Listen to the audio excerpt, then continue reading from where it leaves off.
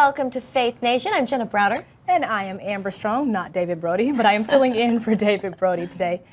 Today on Faith Nation, we're going to take a look at the women of Washington and how they're impacting the political landscape and how the president is taking notice. And boy, are they impacting it. Plus, the fight for religious freedom around the world. We'll have that and more. So, of course, make sure you're commenting and sharing with all of your friends.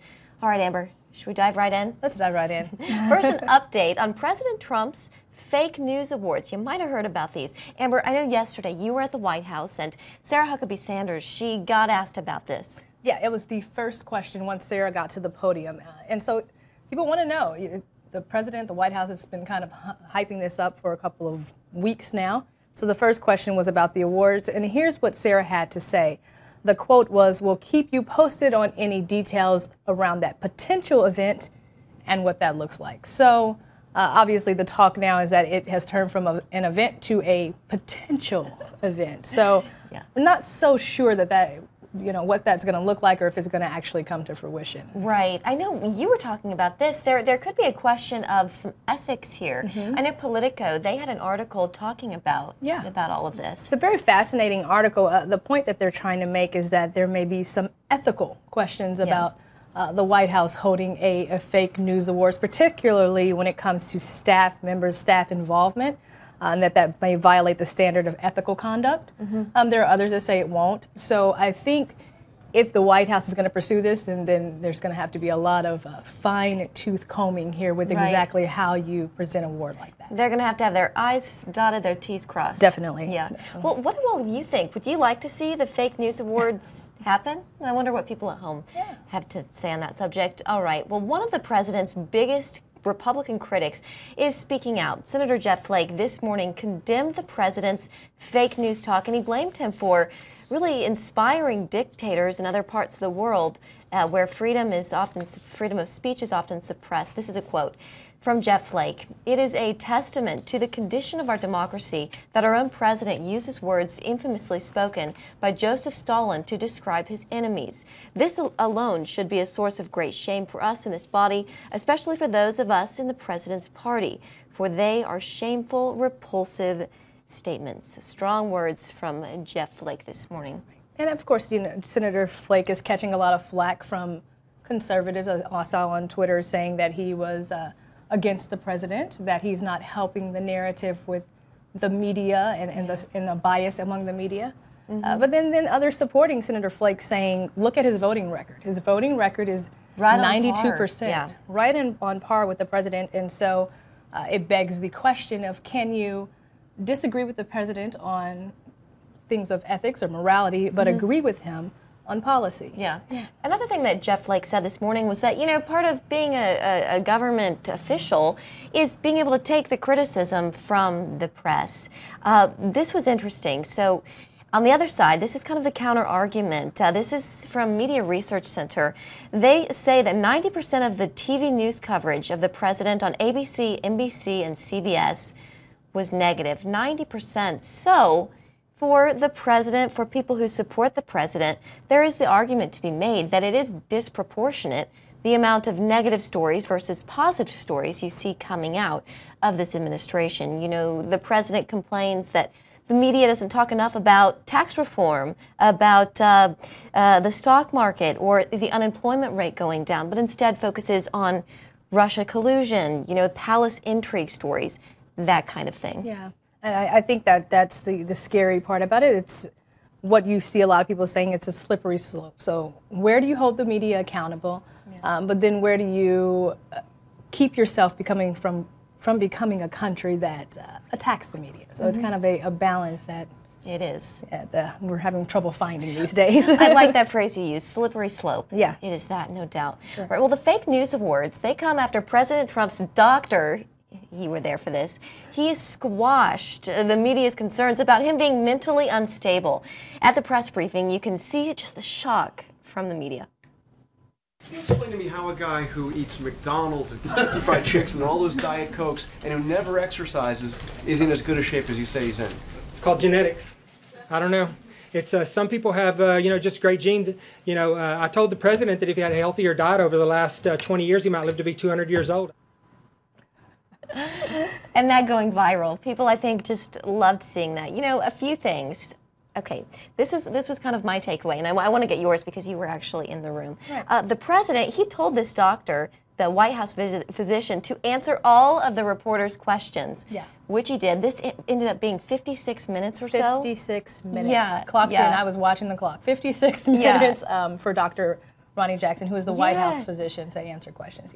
Oh my gosh. And then the president, he took a cognitive test, which he passed with flying colors, 30 out of 30. And so they reported that. The first president to do this. And then also, I think a point worth making is that this is the same physician who saw President Obama as well. Yeah. It's definitely the same physician. And it's funny because the media asked some questions and have taken some hits because some of the questions were from everything from does the president wear dentures to more reasonable questions about his physical fitness. Right. And I think we have to be careful when we say the media asked outlandish questions, because I was in that room. A lot of people were in that room, and so it's kind of split in the room between people asking about dentures, and then there are people who really legitimately are wanting to know about the president's health. I'm curious, Amber, just the sense in that room. Obviously, not all the reporters were wanting to be asking these questions. What was just sort of the overall feeling being in there? You know, I mean, it was kind of fascinating, and we had some fellow physicians in the room, so it was interesting to hear doctor to doctor about the president's health. But then at the same time, one of my colleagues made it in the White House press corps made a joke and said, "Okay, thank you, Dr. Jackson," kind of just wrapping it up because it had gone on for 56 minutes. So enough, let's move on. It's funny, in Ivanka Trump's book, Women Who Work, she has this acronym, and it's called WAIT. And it's, why am I talking? But then the other one is ELMO. Enough, let's move on. I think that could have come into play yesterday. And I think as a journalist, it's a catch-22. As a journalist, our job is to get to the truth. And sometimes that means asking 50 million questions until you get to the truth, but then there's a fine line between have we already crossed this, have we already answered this, what's next? So I think we were there yesterday. Those press briefings have got to be fun, right, Amber? They are interesting. Sometimes I'm torn halfway between asking my question and grabbing popcorn. So they're very interesting. You do a great job. At the top of the show, we mentioned how women are changing the political culture here in Washington. Amber, you had the chance to see it firsthand yesterday at the White House. Ivanka Trump, she was hosting a special event. I know Kellyanne Conway and several other high-profile women within the administration were there. And what can you tell us about that? Yeah, that's right. So the President Trump kind of stole the show, if you will. It was an event for women in Washington, and what was intended to be an event highlighting the women's accomplishment, hosted by Ivanka Trump and other members of the administration, turned out to be more of a preview of the President's State of the Union address. Take a look. It's been almost a year since President Trump took office. Hi, Donald John Trump. And he's made a lot of promises. We've been talking about this for a long time. In 2018, the president and the administration are looking to one group in particular for feedback on the last year: women. The president made a surprise visit to a women's panel here at the White House Tuesday. The administration hosted the event, hoping to take a look at its successes from 2017 and what lies ahead for 2018. The president addressed the group by touting his wins, namely tax reform. Women-owned small businesses in America will now be able to deduct 20% of their business income, which is something that people didn't expect that they would be seeing. He also made some pretty big claims. Had the other side gotten in, the market would have gone down 50% from where it was. Beyond first-year achievements, the president used the opportunity to praise the women working in the White House. I'm honored to stand here with the women across the administration. They have been incredible. One of those women is presidential advisor Ivanka Trump. She also celebrated the tax bill, specifically the increase to the child tax credit.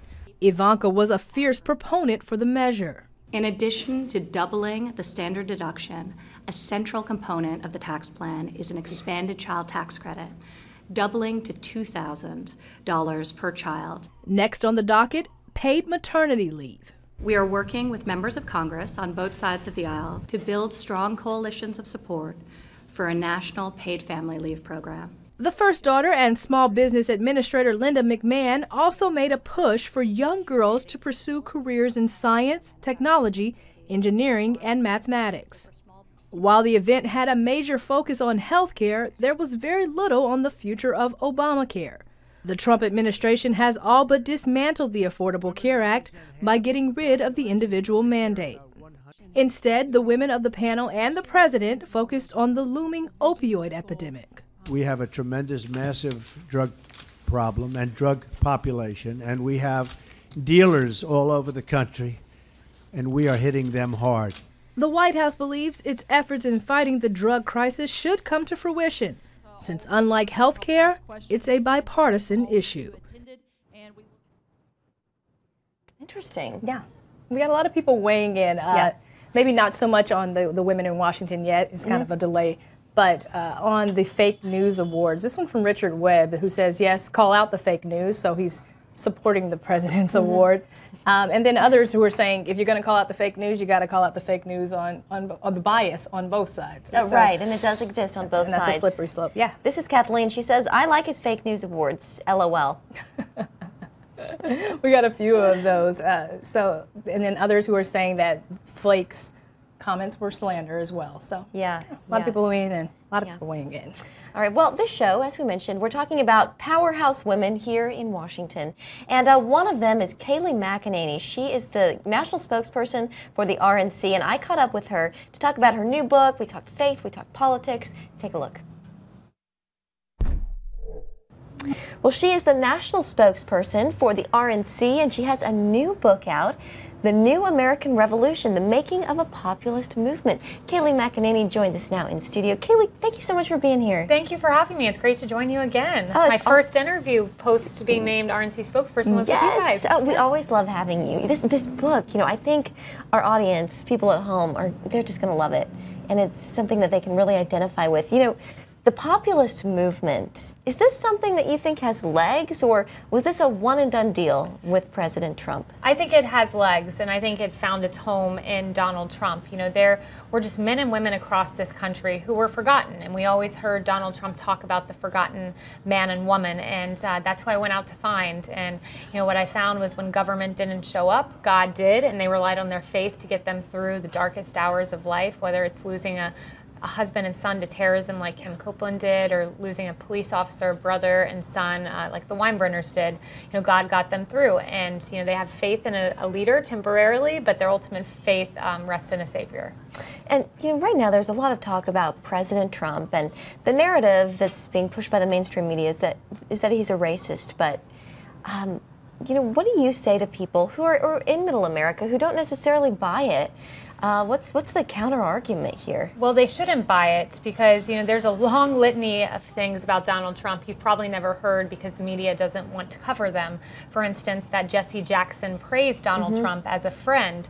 The fact that, as was shared with me for the book through interviews I did with folks in the administration, Donald Trump, when a Harlem basketball team lost their benefactor, he's the one who showed up and silently paid for the jerseys. He's a man who's very philanthropic, and you don't hear about that in the mainstream media either. You don't hear about Mar-a-Lago, how he was the first owner of a club to open it to Jews and African Americans. He was the first back, I believe it was the late 70s. So these are facts you don't hear that really destroy the narrative of him being racist or, whatever word the media likes to pin on him. Yeah, there's also, I know there's a photo of him. I think it's Rosa Parks, Muhammad Ali.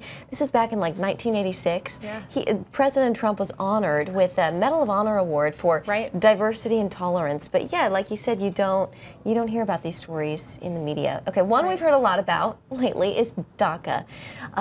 With everything that's happened in recent weeks, Senator Dick Durbin, after that meeting, running to the media and divulging private details, do you think it's less likely that a DACA deal can get done? Well, I think it needs to get done. It has to get done. But, Democrats are making it very, very difficult. And I think it's worth mentioning and reminding your viewers that Democrats are the folks who got us here. When President Obama said 22 times, I do not have the power to grant amnesty to this group of individuals. He said it 22 times, and then he got tired of Congress not doing it, so he did it himself, knowing it was an unconstitutional action.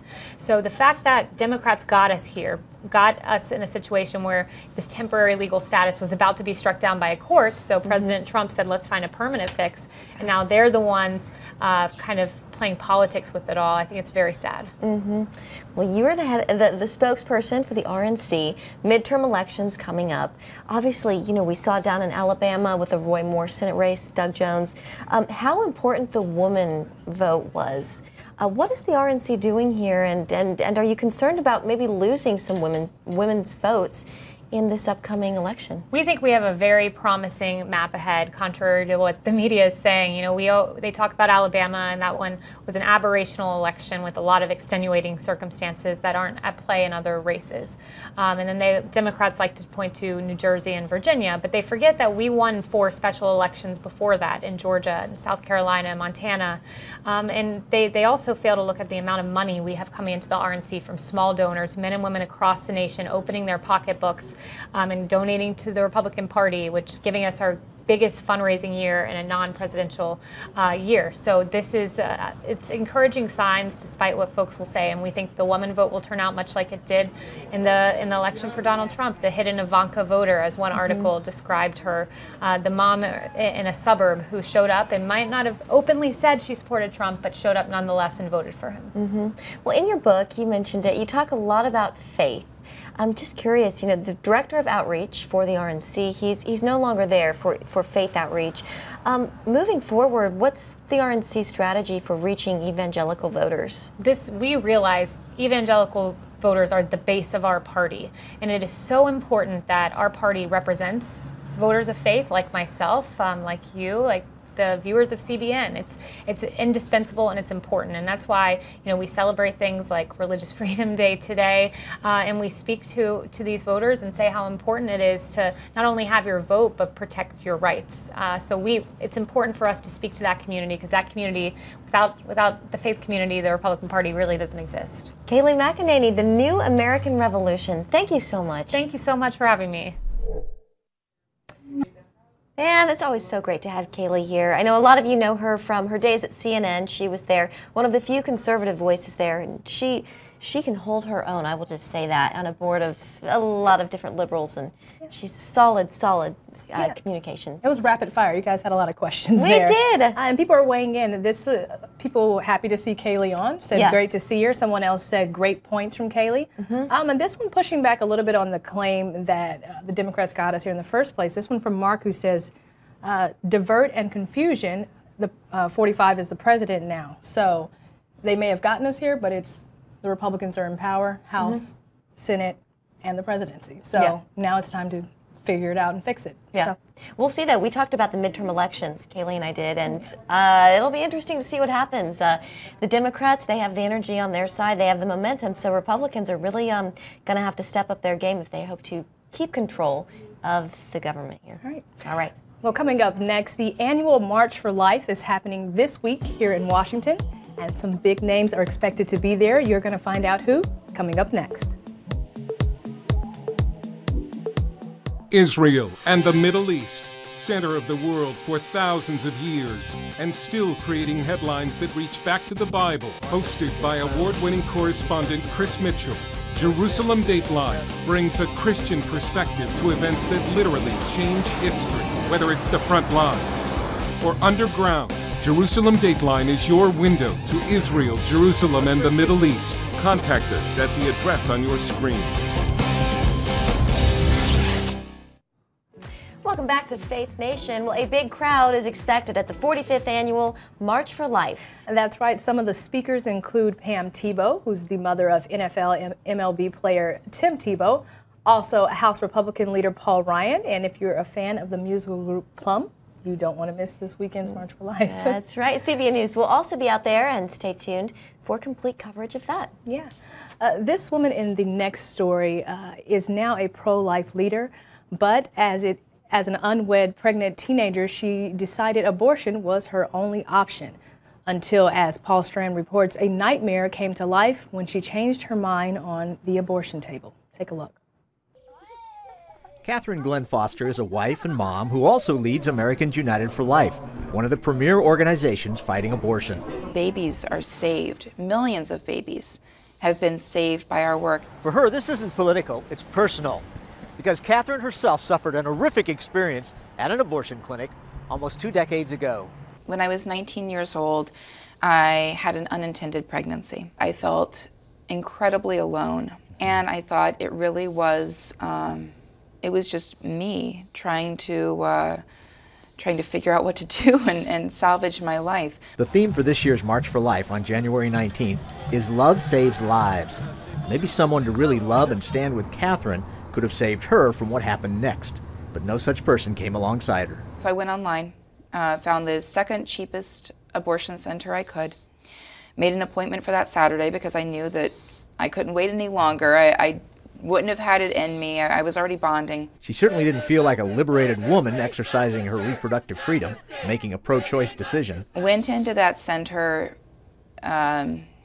because I thought I had no choice. I thought I had no other option, and I was terrified. What I found there was coercion, lack of information, at times outright lies, at times force. As the abortion was about to begin, I asked to get up. I said, please let me up, let me off this table, out of this room. I don't want this anymore. Foster first described the shocking experience that followed to CBN News a year ago at a protest outside a Planned Parenthood building. And I said, no, I can't do this. You know, this is wrong. I feel really bad about this. Let me just go. You can keep the money.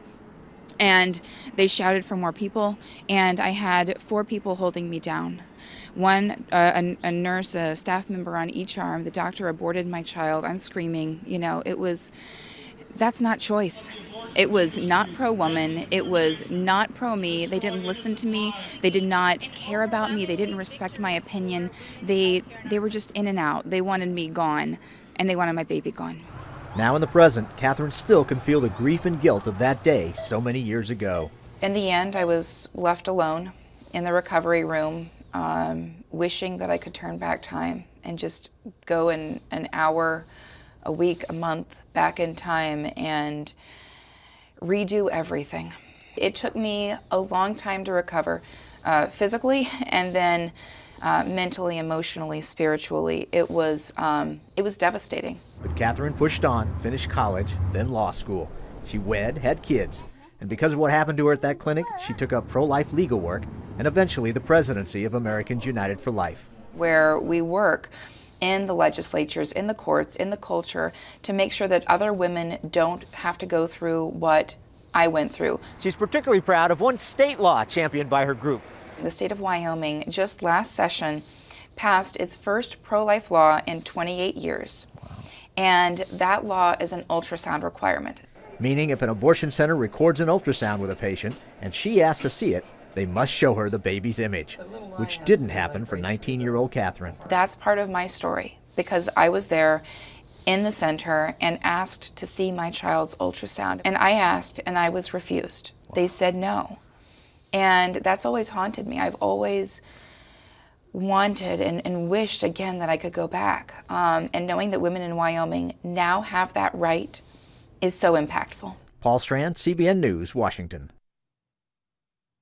You know, it is interesting, Amber, how the pro-life movement really has changed in even just recent years. We were talking about this earlier. For Generation Z, they're much more passionate about it because of things like the sonograms, and there's a much more personal level to it now. Generation Z and millennials, because they grew up with the sonogram image. You grew up with it pinned on your refrigerator. You have gender reveal parties, and it's kind of a celebration of life in this culture. And it's interesting because I've been studying this a lot, doing a lot of stories about it recently. And it kind of goes against political spectrums when it comes to millennials. So you have Democrats for life. You have even a group called Atheists for Life. When it comes to millennials, there's kind of just this push toward life across political spectrums. It's very interesting as you kind of get down into the finite details of it. Yeah, it is. Well, something else coming up this week is Evangelicals for Life. I know, Amber, you're going to be there, or sorry, it's this weekend. You're going to be there. Yeah, a lot going on here in Washington with the life movement. I interviewed a couple of millennials who are really pushing for life. This one was Mallory Quickly. She's with the Susan B. Anthony list. We're going to have Kristen Hawkins with Students for Life. Just talking about what you just said, millennials and their love for life. So I'll be out at Evangelicals for Life this weekend at the Millennial Panel, and then we'll have a story right here on cbnnews.com or on the Facebook page and on cbnnews.com. Yeah. All right. Well, that'll be great. Thank you, Amber. Okay, what are we getting on here? I think a lot of comments probably for the pro-life movement. I know I saw somebody say, I think Yvonne said abortion is murder. Loving CBN, a lot of love for this network. I saw one from Kathy Russell that just said March for Life. Yeah. I think people are excited about this weekend's activities, definitely. Yeah, some big people, as we mentioned, Paul Ryan, Pam Tebow. There's word, and we'll keep you posted on this, that someone from the White House could be going or have some sort of involvement, so we're kind of trying to figure that one out. It's going to be very interesting. Stay tuned. Stay tuned. All right, coming up, the fight for religious freedom around the world, and which country tops the list for the worst offender.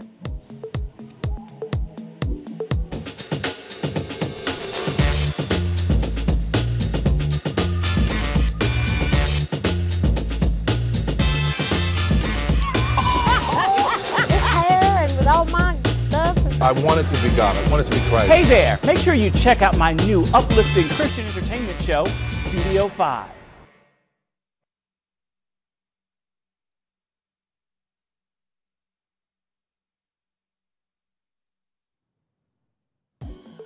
Welcome back to Faith Nation. Tuesday was Religious Freedom Day, and President Trump, like presidents before him, signed a proclamation. He said, "Faith is the soul of our nation, and that's embedded in our history."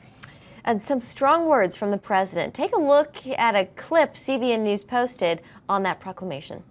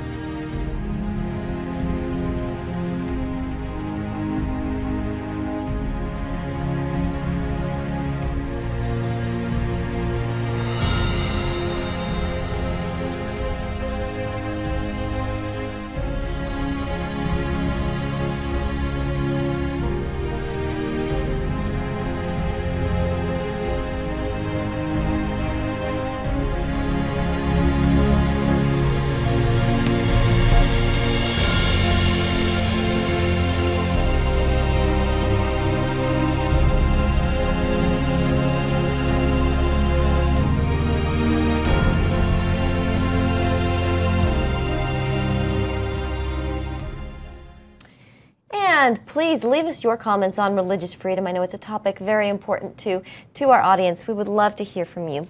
Yeah, and as you just saw on the screen, there's kind of some of the words from the president's proclamation yesterday. Yeah, religious freedom. Yeah. All right. Well, to talk about religious freedom, we want to bring in our friend from FaithWire, managing editor Dan Andros. Dan, let's start out talking about religious freedom overseas, because that's what typically comes to mind when we talk about persecution. FaithWire, I know, wrote a piece after Open Door USA released its 2018 World Watch List. North Korea is on the top of that list. Give us some perspective on that. And also, I understand you recently traveled to Iraq as well. Yeah, I went to Iraq a couple of years ago, and I saw, when ISIS was a little bit, obviously ISIS is dwindling now, but this was kind of at peak ISIS, and yeah, it was something to see. I think we have a hard time understanding really what real Christian persecution is like, and that these are indeed our brothers and sisters in Christ that are experiencing extreme hardships. And obviously on the news, we've seen a lot of the things that were going on in Iraq, where ISIS was just destroying churches and systematically trying to, erase Christians from existence there. And Iraq did make the Open Doors list. They're in the top 10. Still, even with ISIS on their way out, because what's happening now is that other Islamic groups and even the government are encouraging Christians not to come back and resettle. And so that's a great prayer point for everybody out there watching, that pray for these Christians that are trying to decide, because they want to be in their homeland, but in many cases, they still just aren't sure that this is going to work out for them, because they've seen the same thing over and over again. But North Korea is on just a whole nother level. This is an atheist state. The regime is officially atheist. And it's just mind-boggling what is going on in there. And I think we're only starting to see dribs and drabs of what the people are dealing with there. They're very secretive. They keep it closed. But there are 300,000 Christians living in North Korea right now, and they have to keep their faith secret. We're hearing stories from people who have managed to escape, that were in labor camps because they got caught, praying or running a small church. And those sorts of things that we take for granted here will get you thrown in a prison camp and maybe even killed there.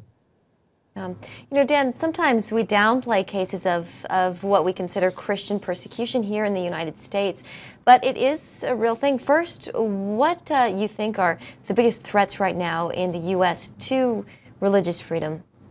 Well, the devil isn't always so obvious with how he's going to persecute you. Now in America, we do have to treat it when we cover these things with a grain of salt and a little bit of perspective to understand, yes, we are not being systematically slaughtered, but there still is persecution. It's just a little more subtle. And sort of what it is this seeping in of making it seem as if mentioning God, talking about God in the public square is somehow this bad and like a dirty word almost. I mean, you look at how schools treat it now, and it's like, oh, we just can't say that. You just keep that at home.